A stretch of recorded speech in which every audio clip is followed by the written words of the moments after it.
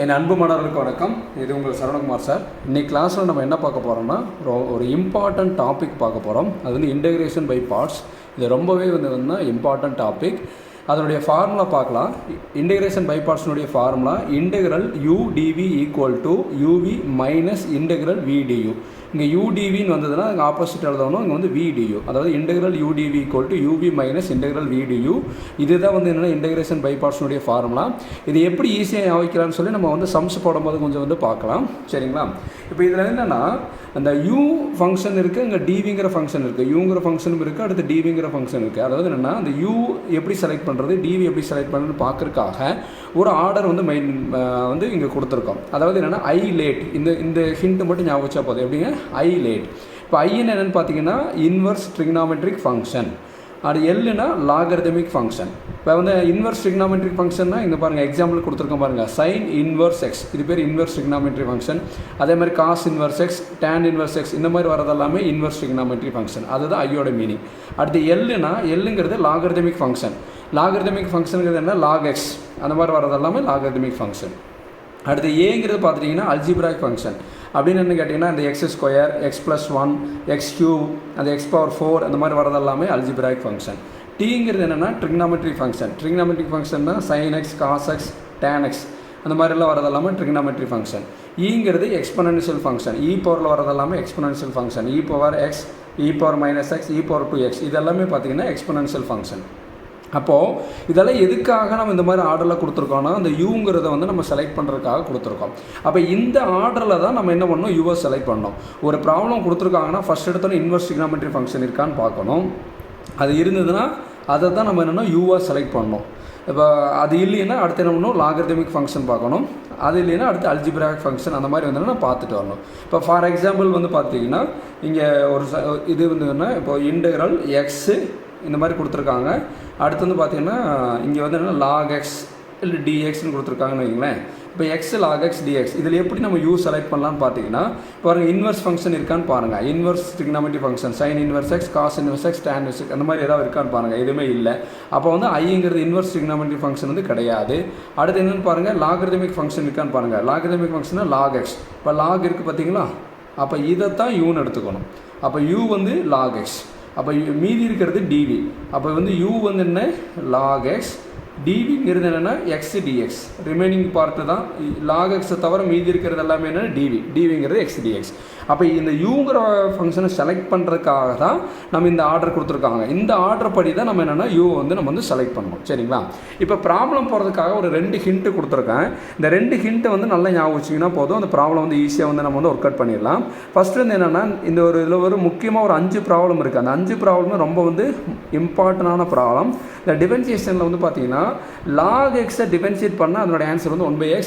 நம்ம ஆல்ரெடி இந்த engineering maths 1ல் படிச்சிருக்கோம். சப்போஸ் வந்து இது மறக்கிற மாதிரி இருந்ததுன்னா அந்த ஓங்கிற ஜிங்கிறது வந்து கட் பண்ணிடுங்க. இங்கே என்ன இருக்குங்க? எல்லுங்கிறது 1 மாதிரி வச்சுங்க. 1 இது டிவைட் பை எக்ஸ். அப்போ இந்த லாக் எக்ஸை டிஃபரன்ஷியேட் பண்ண என்ன வருங்க? 1/x. அப்போ இது வந்து இந்த ஒரு ஃபார்முலா வந்து நல்லா ஞாபகம் வச்சுக்கணும். அடுத்து இன்டகிரேஷன். இது இன்டகிரேஷனுடைய வெரி பேசிக் ஏதோ நான் உங்களுக்கு கொடுத்துருக்கேன். இந்த ப்ராப்ளத்தில் என்ன தேவைப்படுதோ அதை மட்டும் உங்களுக்கு நான் கொடுத்துருக்கேன். இப்போ இன்டெக்ரல் டிஎக்ஸ்னு என்ன அர்த்தம்னா எக்ஸ் அர்த்தம்.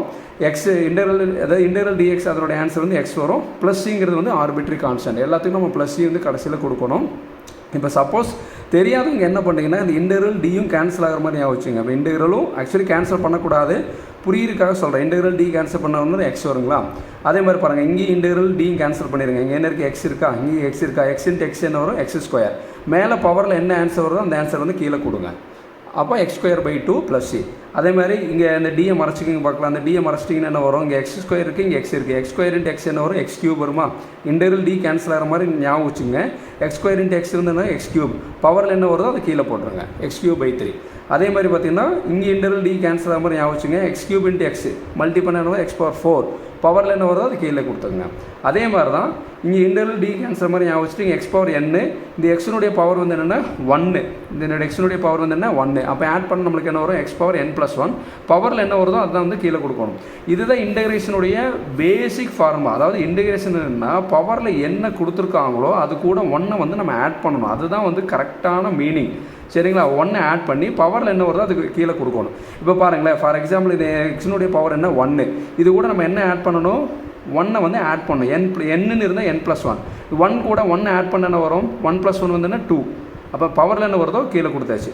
இங்கே 2 இருக்கா, 2+1 வந்து என்ன 3, x² இருக்குங்களா, இது பவரில் 1 ஆட் பண்ணுங்கள், x³ பவர் 3/3 போட்டோம். இங்கே x³ இருக்குங்களா, இது கூட 1 ஆட் பண்ண வரும், x⁴/4 + c. புரியுதுங்களாமா? அப்போ எக்ஸினுடைய பவர் என்ன இருக்கோ அது கூட வந்து நம்ம வந்து 1 ஆட் பண்ணி அதில் பவரில் என்ன ஆன்சர் வருதோ அந்த ஆன்சரை கீழே கொடுக்கணும். சப்போஸ் தெரியாதவங்க இந்த இன்டர்வல் டி கேன்சல் ஆகிற மாதிரி ஞாபகம் வச்சுங்க, அதை வச்சு ஆன்சர்ஸ் போட்டுக்கலாம். சரிங்களா? இப்போ இந்த 5 ஃபார்முலாவுமே ரொம்ப வந்து முக்கியமான ஒன்று ப்ராப்ளம் போடுறதுக்கு. சரிங்களா? இப்போ வந்து ஒரு ப்ராப்ளம் பார்க்கலாம். இப்போ வந்து எவாலுவேட் இன்டெக்ரல் log x dxன்னு கொடுத்துருக்காங்க. சரிங்களா? இப்போ வந்து என்னென்னா இதை வந்து என்னென்னா u செலக்ட் பண்ணுறதுக்கு இந்த ஆர்டர் சொல்லி பார்க்கணும். எடுத்தோன்னா இன்வெர்ஸ் ட்ரிகனாமெட்ரி ஃபங்க்ஷன் இருக்கான்னு பாருங்கள், இல்லை, அதனால் வந்து விட்டுருங்க. அடுத்து பாருங்கள், லாகரிதமிக் ஃபங்க்ஷன் log xன்னு இருக்குங்களா. அப்போ நம்ம என்ன பண்ணணும்னா இந்த log x-ஐ மட்டும் ரவுண்ட் பண்ணி இது uன்னு வச்சுக்கணும். log x-ஐ மட்டும் ரவுண்ட் பண்ணி வச்சுக்கணும், இது uன்னு வச்சுக்கணும். மீதி இருக்கிறது வந்து என்ன dv. log xங்கிறது u, மீதி வந்து dv.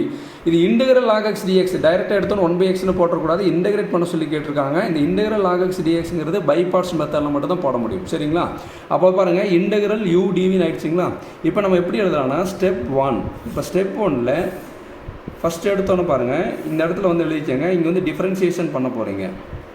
ஒரு சம் கொஞ்சம் தெளிவாக எழுதிக்கங்க. இங்கே டிஃப்ரென்சியேஷன் பண்ண போகிறீங்க, இந்த இடத்துல வந்து இன்டெகிரேஷன் பண்ண போகிறீங்க. அப்போது ஒரே ப்ராப்ளத்தில் டிஃபரென்சியேஷனும் இருக்குது, இன்டெகிரேஷனும் இருக்குது. அப்போ யூங்கிறது என்னங்க, log x. அப்போ u = log xன்னு எழுதிக்குமா. சரியாம்மா? u = log x. dv = என்னப்பா, dvங்கிறது dx. dvங்கிறது என்னம்மா, dx. அப்போ uங்கிறது என்ன, log xன்னு எடுத்துட்டோம்.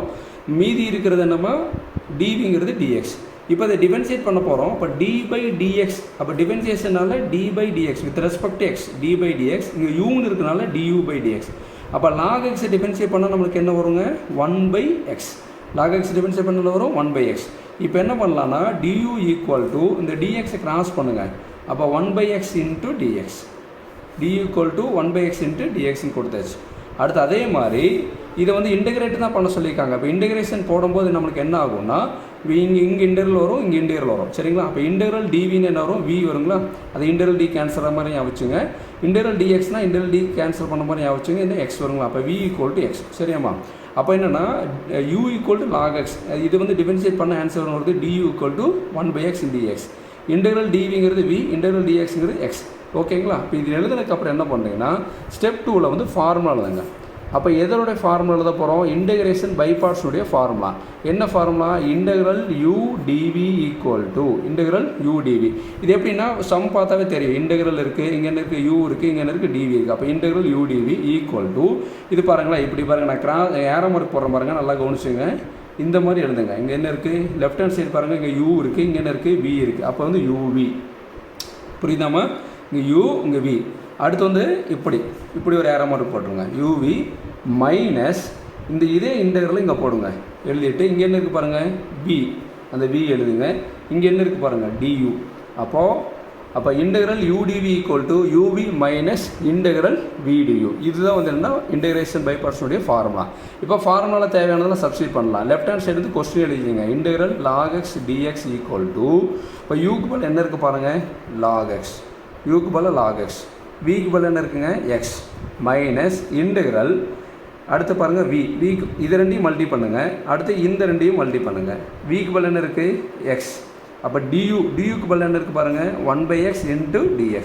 இப்போ என்ன பண்ணலாம்னா இந்த log x × x வந்து அப்படியே வச்சுக்கோங்க, மைனஸ் இந்த x கேன்சல் பண்ணிடலாங்களா. அப்போ என்ன வரும், integral 1 × dx. 1 × dxங்கிறது dx.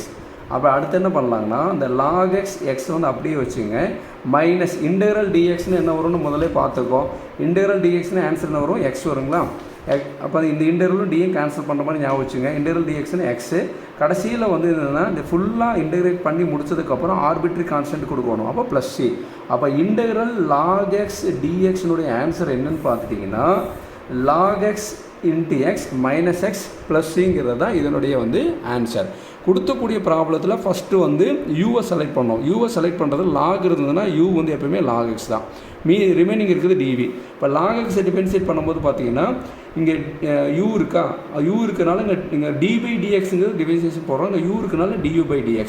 log x differentiate பண்ணால் 1/x. இந்த dx என்ன பண்ணால் கிராஸ் பண்ணியிருக்கோம். அப்போ d = 1/x × dx. இப்போ இன்டெக்ரல் dv போடும்போது இன்டெக்ரல் d கேன்சல் ஆகிற மாதிரி ஞாபகம் வச்சுங்க. இது வந்து எக்ஸாம் பர்பஸ்க்காக தான் சொல்லியிருக்கேன். Equal to integral d cancel பண்ண x. அப்போது ஃபார்முலா எழுதும்போது இன்டெக்ரல் இங்கே பாருங்கள் udv எழுதியாச்சு. இது பாருங்கள் uv minus integral v du எழுதிட்டு ஃபார்முலா சப்ஸ்டிட் பண்ணி சிம்பிளி பண்ண ஆன்சர் வந்துடும்.